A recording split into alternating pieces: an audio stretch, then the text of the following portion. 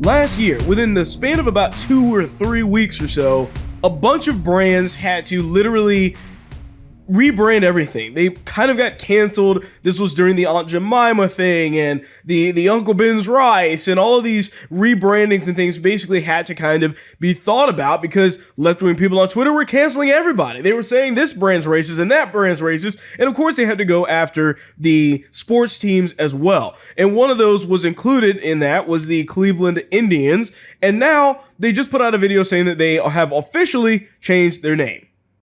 We are a city on the rise, forging into the future from our ironed-out past. We are a city of fire and water, of trees and towers, built through generations of blue collars and the brightest scholars, and all of those who have worked harder. We hold tight to our roots and set our sights on tomorrow. And this is our team that has stood with our city for more than a century, from Old Municipal to the corner of Carnegie.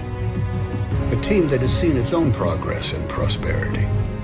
Its history flows like the river through the heart of this city. A history that has given us miraculous moments. Moments that spanned years and others 22 games. Moments that broke barriers and moments that broke hearts. Moments that prove this is more than a game. We remember those moments as we move forward with change. You see, it has always been Cleveland that's the best part of our name. Okay, please, somebody, show me the Indians that actually didn't like the name. I'd love to see one right now. But the problem is that you have left-wing Twitter that's saying that these things are horrible. These things must go. These names are racist in some way. And they're the ones that are driving these changes for these teams, by the way.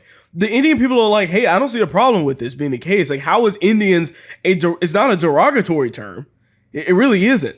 Most of them would go by that. I mean, they'd say, hey, I'm Indian or whatever. I don't understand what the problem is. Okay? And it's a team. Okay? Now, by the way, let's keep this in mind. And the idea and the philosophy of when you're naming a team, what you kind of name a team. You name a team based off of something that is powerful or strong, or like the Broncos or the Buccaneers, and you name it. There's so many teams out there like that. So when you're talking about the Indians, this is one of those situations where it's the same thing, where it's giving honor to Indians. It's not ridiculing them. It's not being racist towards or against them or something like that. This is actually a good thing that Indians are getting recognized. My fear is that when you have the blue check marks on Twitter coming out of every piece of woodwork and say, you know what, this needs to be canceled and that needs to be canceled, and take that off and take that off and take that off, that eventually over the course of the next 20 years or so, you won't see Indians anywhere. On any branding, on nothing.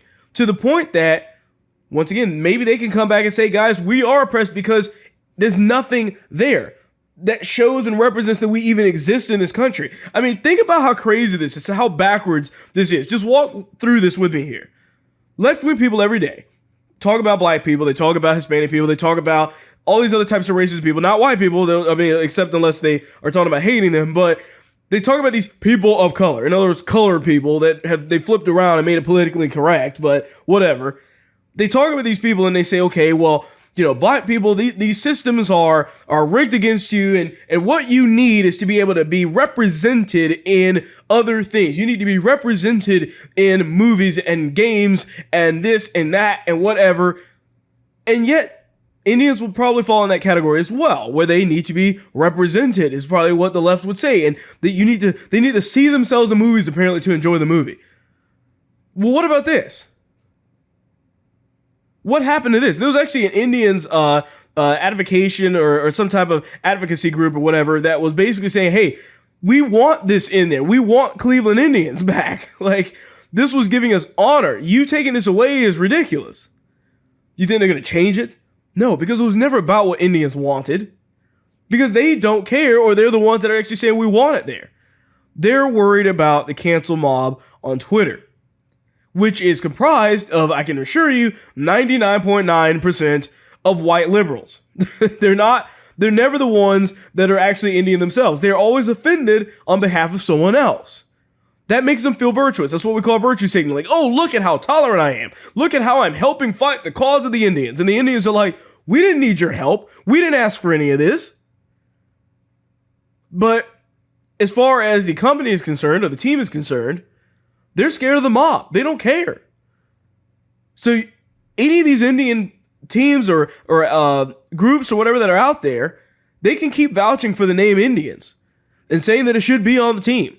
But they're not going to change it back because it was never about what the real Indians actually wanted. They never spoke to any real Indians saying this needs to be removed. They were waiting and talking to or looking at the feedback of the white liberals that are on Twitter. That's what they use as their metric. And that is always going to set you up for failure. You just watched a clip from The William Hall Show. Please remember to like, share, and subscribe.